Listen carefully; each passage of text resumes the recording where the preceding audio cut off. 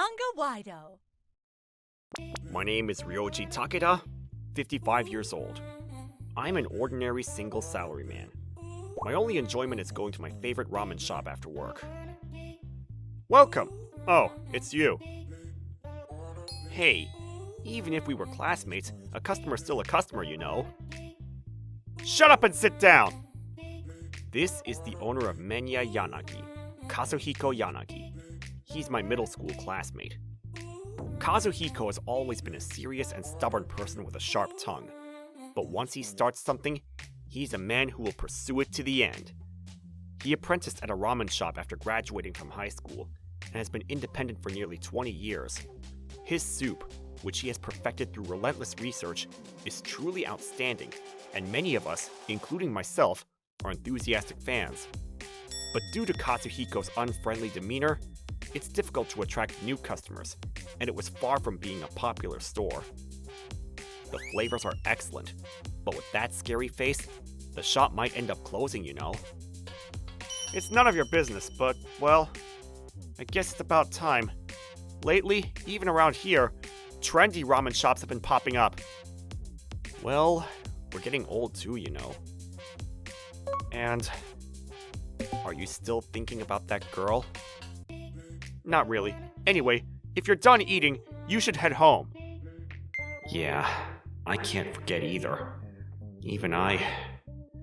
Yes, no matter how many years pass, the memories with that woman at that seat remain ingrained. It was about 10 years ago. Just as this restaurant was starting to gain attention, Kazuhiko's wife, Keiko, who was running the restaurant with him, died due to her illness worsening. Despite that, Kazuhiko never showed his tears in public and continued to run the restaurant alone. But of course, it was not without its shock. All smiles disappeared soon after, giving way to unfriendly expressions, and as a result, empty seats began to stand out in the shop. Hey Kazuhiko, it's empty as usual today. Shut up! Despite knowing it was meddling, I visited every day to cheer him up. One day, a girl with a school bag stood in front of the shop. She seemed to be in the lower grades, peering into the shop as if she wanted to say something. That kid's been coming every day recently. Maybe she's hungry. Hey, what's wrong? Oh, she's gone. Ryoji, you shouldn't be doing unnecessary things. I don't want kids. However, even after that, the girl frequently appeared. Whenever I tried to approach her to speak, hey, she would just run away in a hurry. But one day, the girl, who had just entered the store on her own, suddenly turned towards Kazuhiko and said, "Could you just sell me the soup?" She extended her small hand with a 5-yen coin. Hey, are you making fun of me, little girl? How could I do such a thing? Go home! I'm sorry. Oh, wait a minute. I'll treat you. Kazuhiko, that's fine, right? Man. After you eat, go straight back to your mother's place. Despite Kazuhiko grumbling, he retreated to the kitchen and made ramen for me and the girl. What's wrong? Don't hold back. Go ahead and eat. However, the girl, upon seeing the ramen in front of her, not only didn't touch it, but suddenly stood up with the plate in hand. Hey, young lady! You can't just take that! I wanted to feed it to Mom. What? Sensing that there might be some complicated circumstances, I advised the girl, if you want takeout, you should put it in a container for that purpose, or it would definitely spill. For now, I suggested she eat it. The girl then ate the ramen with a satisfied expression, and little by little, she began to talk to me. Her name was Miyu Muraoka, a second grader. Miyu-chan had no memory of her father, and had been living with her mother since she could remember. However, apparently, her mother had recently fallen ill and spent most of her time resting at home. So why did you come to this store? Well, my mom said she wanted to eat here. Even though she finds this place scary, she really likes the food. I see. The food is really delicious, but it's scary. Well, of course. Okay, If you see me when you peek into the store, don't hesitate to come in. I'll treat you, and you can bring your mom too if you want. Really? Thanks, old man. After that, Miyu-chan happily went home. I explained Miyu-chan's situation to Kazuhiko. So how old is that girl? She's 8 years old. I see. 8 years old. Well, I'll treat her to ramen at least. But in exchange, I'll put it all on your tab, okay? Yeah. I see. If she's 8 years old, then that means from then on, whenever Miyu-chan spotted me, she would happily come into the shop. I would seat her at a table in the back of the counter, and we would eat ramen together and chat about casual things at school or home. As we spent those days together, gradually, Kazuhiko also started to pay attention to Miyu-chan. Alright, here's your ramen. Wow, so many toppings. Putting lots of Miyu-chan's favorite toppings in. That's your way of showing kindness, huh? Your mom has been here before, right? Yeah, it was before I was born. I see. If she can make it, bring your mom next time. Yeah, I'll tell her. Hey, mister, that person over there is pretty nice. Yeah, he's just shy, that's all. It was just my guess, but there must have been a special reason why Kazuhiko was concerned about Miyu-chan. It dated back to when this shop first opened. A baby girl was born between Kazuhiko and his wife Keiko, but the child died shortly after birth due to an unknown illness. That's right. Kazuhiko lost not only his wife, but his own child too. If that child were alive, she would be the same age as Miyu-chan, 8 years old. Perhaps he's overlaying Miyu-chan with the deceased child. A few days later, Miyu-chan came to the store as promised, bringing her mother along. The mother looked quite thin and didn't seem to be in good health. Nevertheless, she bowed to us repeatedly and told us the detailed circumstances. Mai Muronoka, the mother of Miyu-chan, was now 32 years old. After getting married, she quickly became pregnant with Miyu-chan, but before she was born, her husband left behind debts and disappeared. Mai-san, with a heavy heart, desperately searched for her missing husband while pregnant, but caught in a sudden heavy rain, she took shelter at the noodle shop called Yagyu. The clumsy-looking owner made her a delicious bowl of ramen and seemed to sense something as he saw her soaking wet and half in tears. The rain will eventually stop, and time will heal the pain, he kindly said to her. Huh? Did I say something like that? Yes, indeed. How much I have been encouraged by Yanagi-san's words. Thank you very much. No, there's no need to thank me. After that, Mai-san worked desperately to repay the debt, but she fell ill last year and is now living on a small amount of savings. By the way, her parents have passed away, and it seems she has no one to rely on. Thank you both so much. I will definitely pay for the meal we had. No, this is my treat, of course. But I can't just keep relying on your kindness. That's right. Why don't you have Miyu-chan help out at this store? Hey, Kazuhiko, what this store lacks is cuteness, right? Huh? I'll do it. I'll help out. See? Did you hear that? You. Kazuhiko was puzzled by this, but a few days later, Welcome, Master. Uncle's here. there was the figure of Miyu-chan, who called Kazuhiko master and diligently helped out at the store.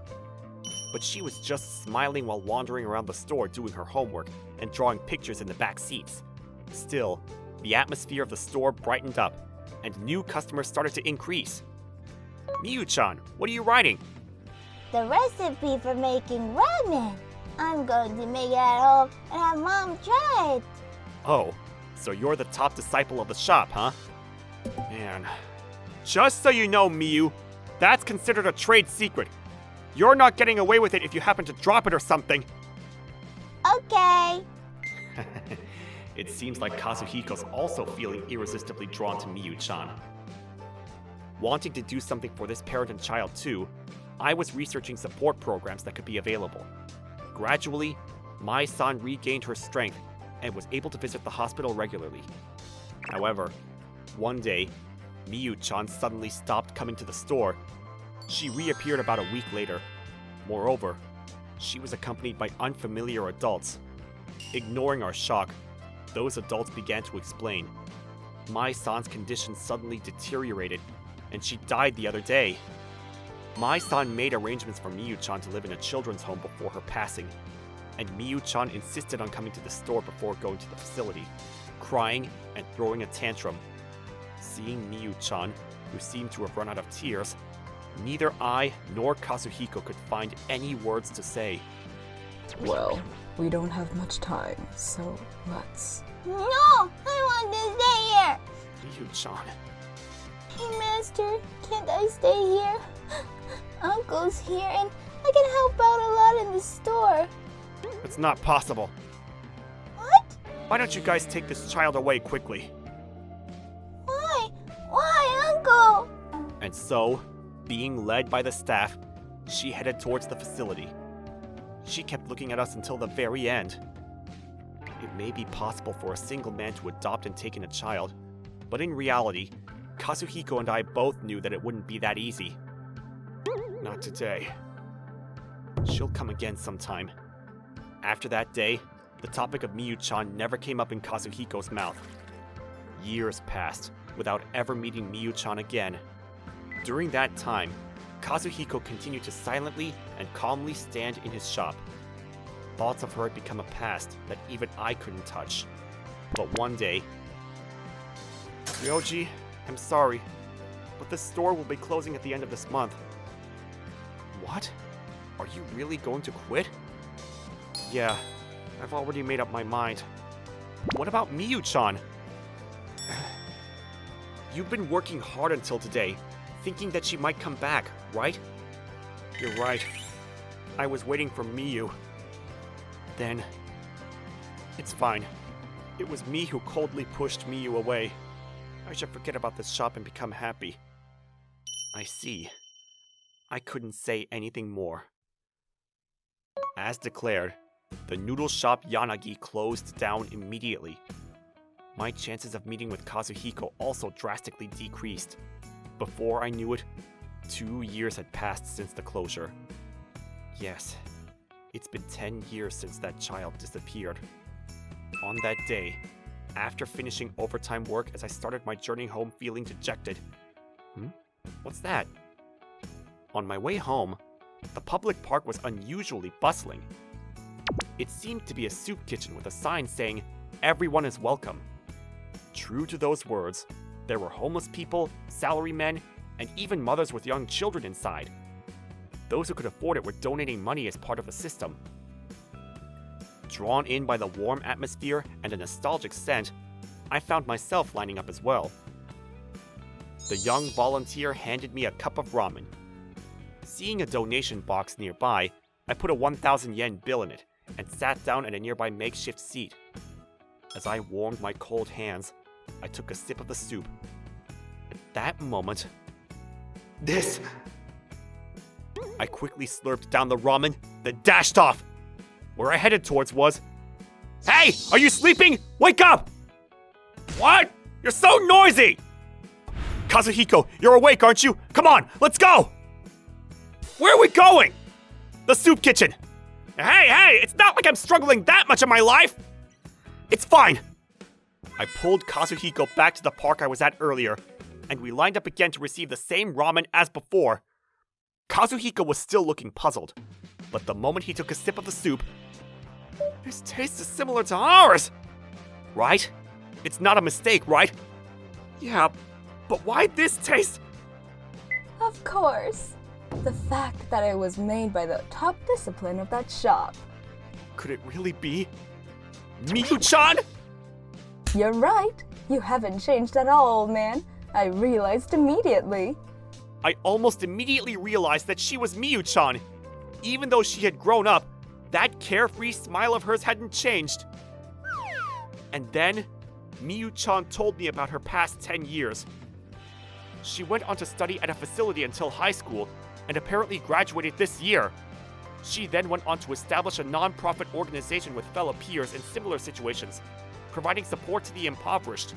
She's now a key member, running food distribution events in various locations, starting with the children's cafeteria, where she serves meals for free to children facing complex circumstances. By the way, the ramen being served today is made using the soup prepared at that children's cafeteria. But why does the taste of that soup? Do you remember me using this notebook? She said, pulling out the notebook that she was diligently writing in the back of the counter at that time. Of course. I was planning to get permission first, but the shop was closed. But I was able to arrange to do a food distribution in this nearby park, so I decided to serve this ramen here. I believe the two of you would come. Is that so? But it's amazing that you were able to recreate it so well. Right, Kazuhiko? The taste is completely different. What? I think you put too much salt. You... Listen, Master, I owe you an apology. What? I didn't want to go to the facility. That's why I wanted the store to take me in. But I was shocked when you said it was impossible. I used to think my master was a scary person and didn't like me, so I held a grudge. So I couldn't bring myself to go to the shop. I'm sorry, but now I understand. That was true kindness. I may have limited abilities, but I can extend a helping hand. I'm doing my current activities because I learned from both of you. It took me 10 years to finally say thank you. Master, Uncle, thank you so much. Miyu-chan. I should have thanked you earlier, and I went ahead and took the recipe from that shop without permission. What are you talking about? There's no need to apologize. You used to be my one and only disciple. Master, thank you. After that, Kazuhiko started helping Miyu-chan's NPO organization with cooking in a more professional way. They serve meals at children's cafeterias and soup kitchens, and also hold free cooking classes. I often visit the children's cafeteria with a gift in hand, and enjoy the evolved ramen for children at the noodle soup, Yanagi. The ramen made by the two of you really is delicious. I think it would be better to make it richer. I think it's fine as it is. Huh? Welcome. Do you want to eat ramen together with me? Ryoji, thank you. It's all thanks to you for stopping that kid back then. What's with the sudden change in attitude? Shut up and eat already! Yeah. He's still the same foul-mouthed guy, but the ramen he makes is the most delicious in the world, with a gentle flavor.